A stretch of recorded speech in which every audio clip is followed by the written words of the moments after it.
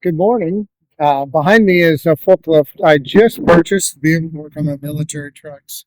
I am at the Gov Planet site down in Colorado Springs, where I'm going to pick this up. Today's project is to get it running, to see what it needs to get it running, then to ultimately get it running so I can load it on a trailer and get it home. So let's do a quick walk around and just give you a look at the vehicle and kind of what I think we need to be doing. This is a silent hoist. I believe it's a 1976. It has a 10,000 pound lifting capacity. It has, I believe, 984 hours on it. I believe is what it has. Let's take a look. 980 hours. So it has 980 hours on it. Overall, it's in reasonably good condition. There's not a lot of rust. Uh, the hydraulic hoses are all pretty well worn. The engine is showing some wear, but I think that it's just primarily just the engine, overall being from 1976. So let's take a look. So we'll kind of start out here in the front, and you can see that everything on this is hydraulic.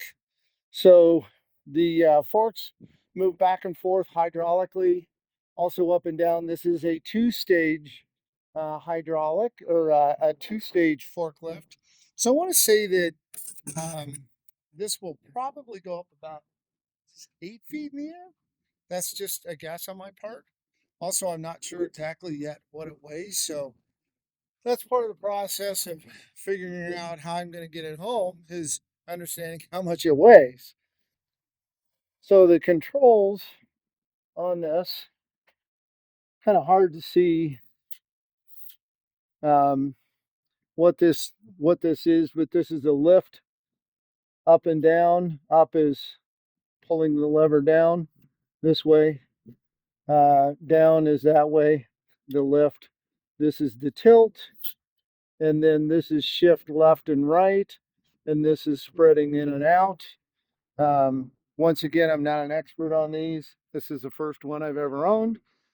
So I'm just kind of figuring out what this is as well. But you can see that these hoses are in pretty bad shape. So they'll probably all need to be replaced, everything be refurbished.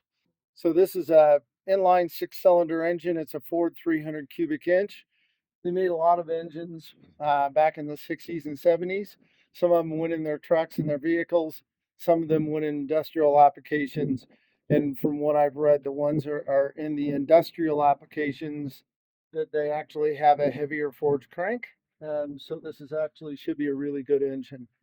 Uh, you can see that it's got a bit of years on it, but overall it looks like it's in pretty good shape. This right here is the hydraulic tank, and I have new fluid for it. I have new filters. So I've got everything I need to do to bring that up and get it running as long as all the cylinders are good and the pumps are good.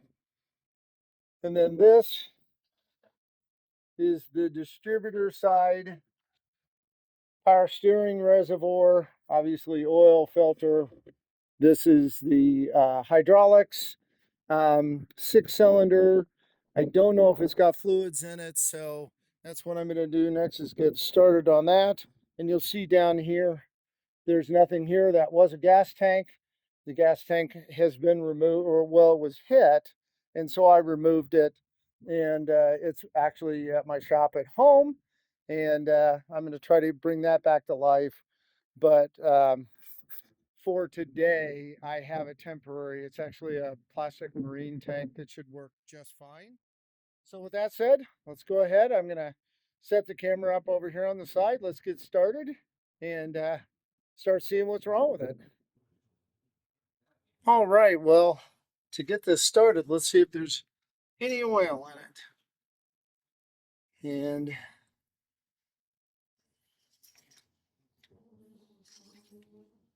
as you can see, the answer to that is no, it is empty. So I'll need to put oil in it. I'm going to throw a new filter in it first. and then put some oil in it. Let's check out the distributor here.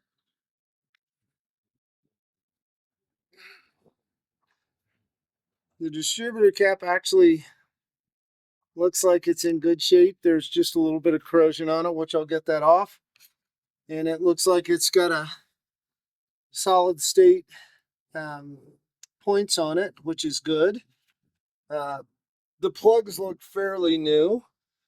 And so those are all good things.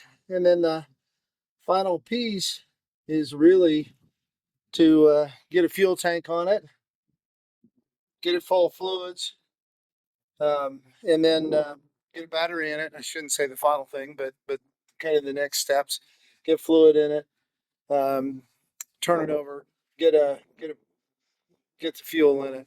So I'm going to dive into that.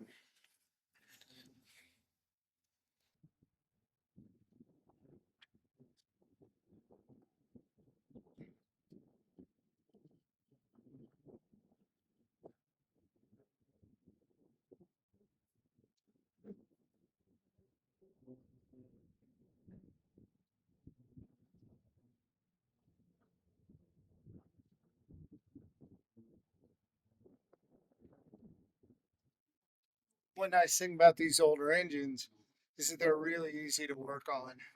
Not a lot of, well, no electronics on this to speak of at all. Everything's accessible, so that's really, really nice. I'm not sure the exact capacity of this, but it'll be probably between 5 and 7 quarts. So I'm going to start out with about 5 quarts.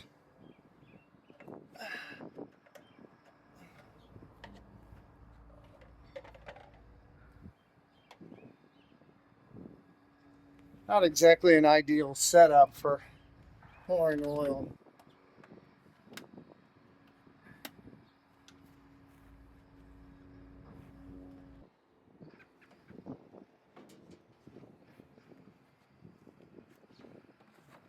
All right, that's about a part of 5 quarts. Let's let that sit for a minute and see where we end up. And yes, I do realize that the oil filter is empty. I'll get some oil in that.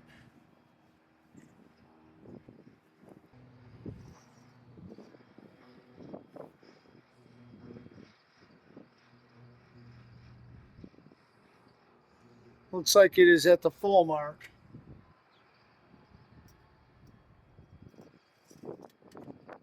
Which is just fine for right now.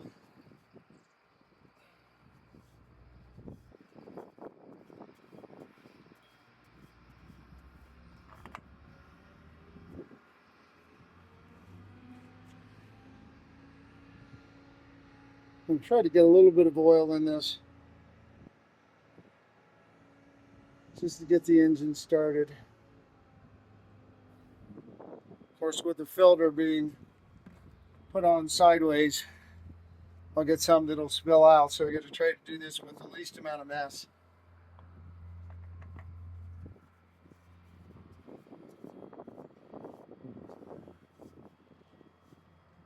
There we go. That was pretty easy. Getting down to it now with putting some fuel to it, trying to get it started. All right, first attempt at cranking it over.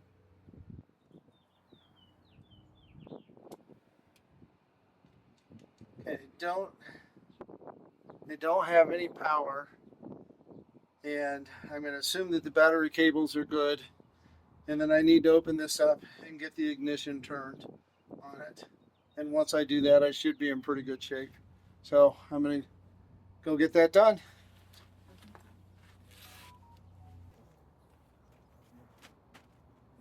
Let's get this battery or this cover off, flip it up, and try to get some power. Maybe get some power into the system.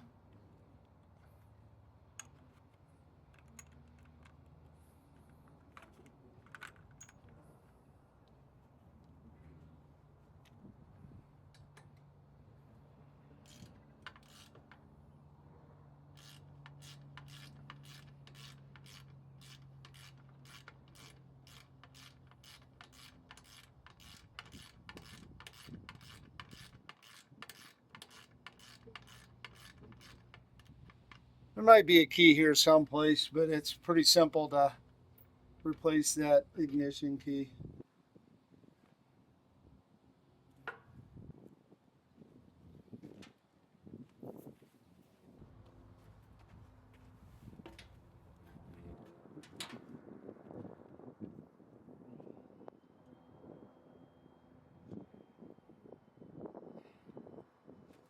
I don't want to strip this out, but I do have to get to these wires. There we go.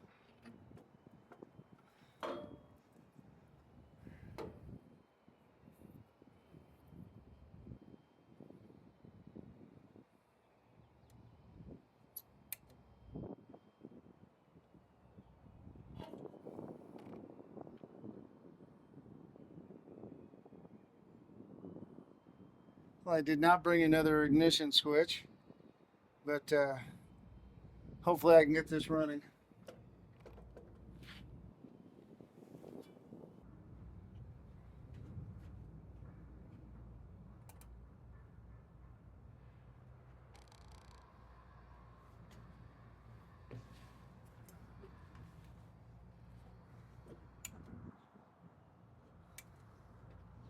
All right. Well, that's really good news. That excites me. All right, I have the batteries hooked up. I have a fuel tank going. Let's see if it'll start. Hopefully it will.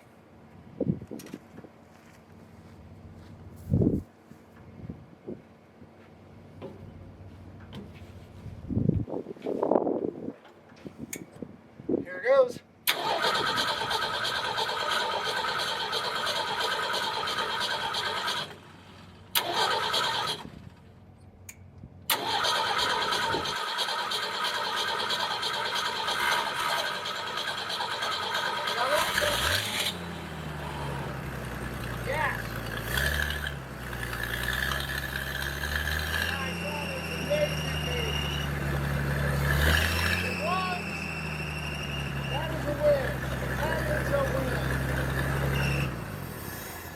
All right, now we know it runs. Let's get some coolant in it.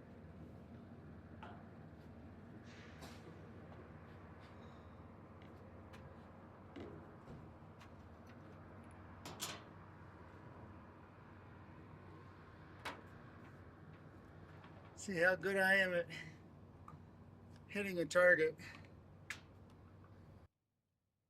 Probably not very good, so we'll do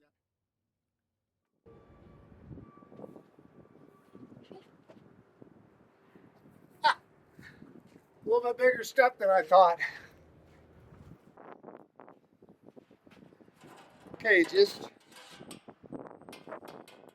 not going to fill this up completely, but I want to get some hydraulic fluid in it so it can start processing through the system, because I'm sure there's a lot of air.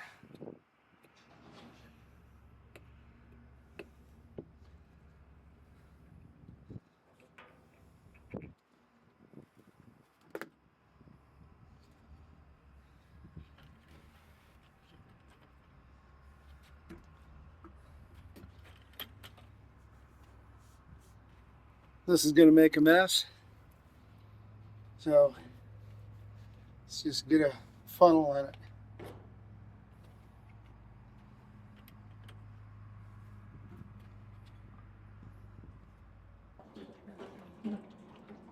I'm guessing this takes about 20 gallons, and I brought 10 today, but that'll be enough to get it to at least start and try to run.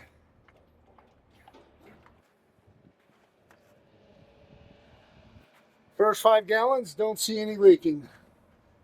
So that's a great sign. All right, it should be in neutral. We got it started once. See if it'll start again and if I can get the hydraulics working. Here we go.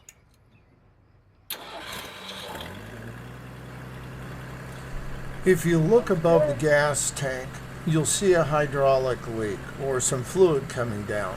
I'll find that in a few minutes. But for now, I just want to let you know that it's there. At this point, I was using the camera's microphone, so it's really hard to hear. But I will tell you, I was extremely excited and happy that the hydraulics worked without any issues.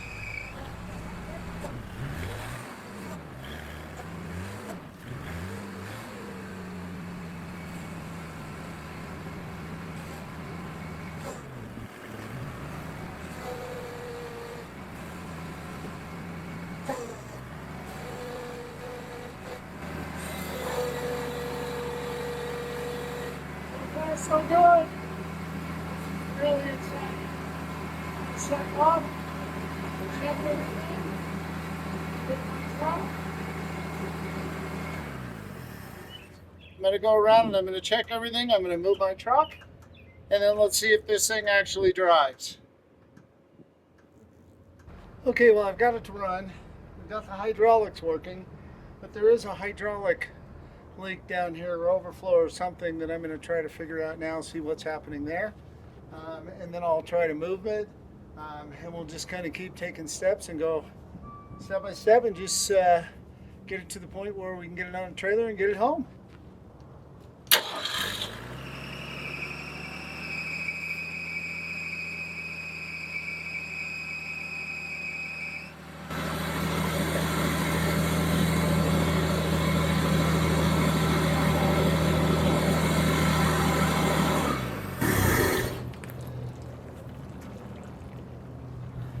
Okay, I have a hydraulic seal down on the bottom here that is just leaking completely, that I need to get fixed before I run it anymore. So that's our next step. I pulled the filter out, and it's a screw-on filter.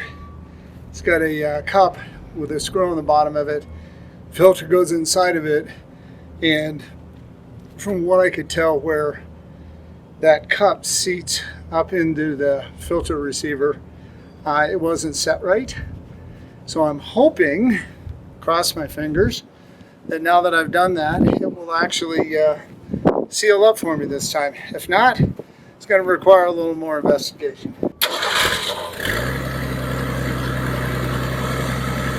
starts really well.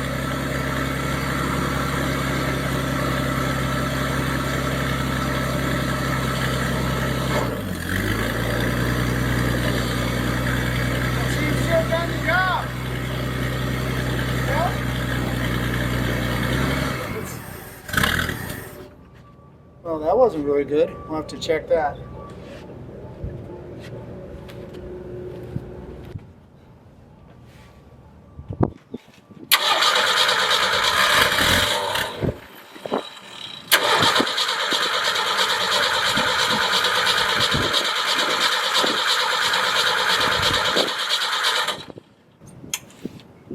Well, it seems to be a fuel problem.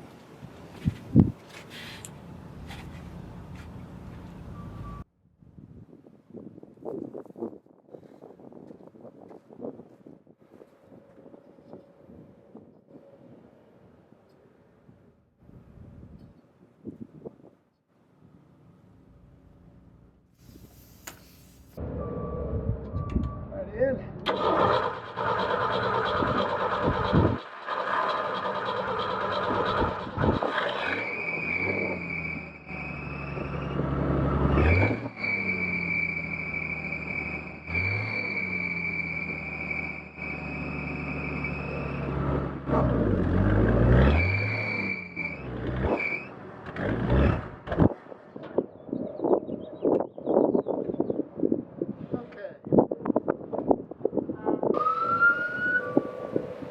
I think I'm going to take a little fuel pump out of the equation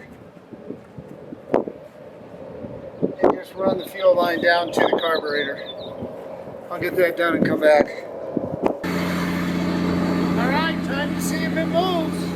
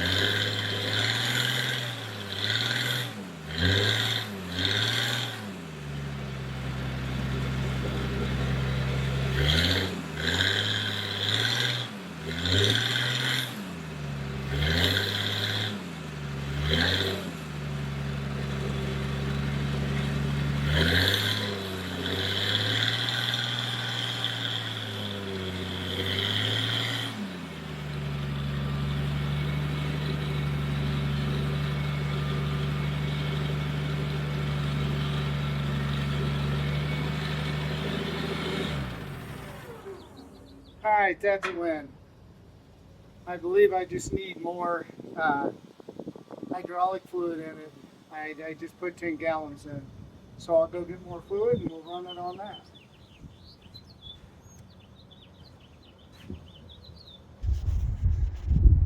Well, it was a successful day. I got it out, ran it, it drives, be able to load it onto the trailer and get it home and get it ready to put it back in service. So we're good to go.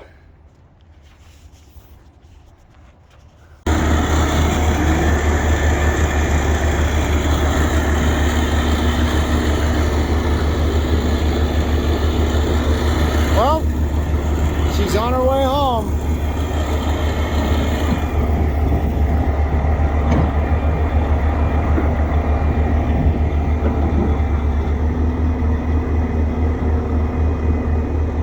Should be an easy trip home.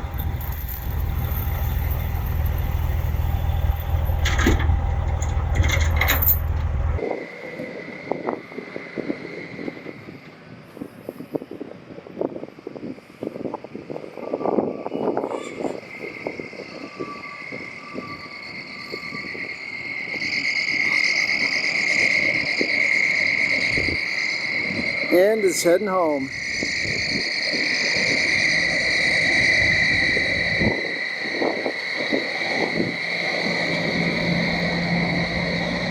All right, there we go.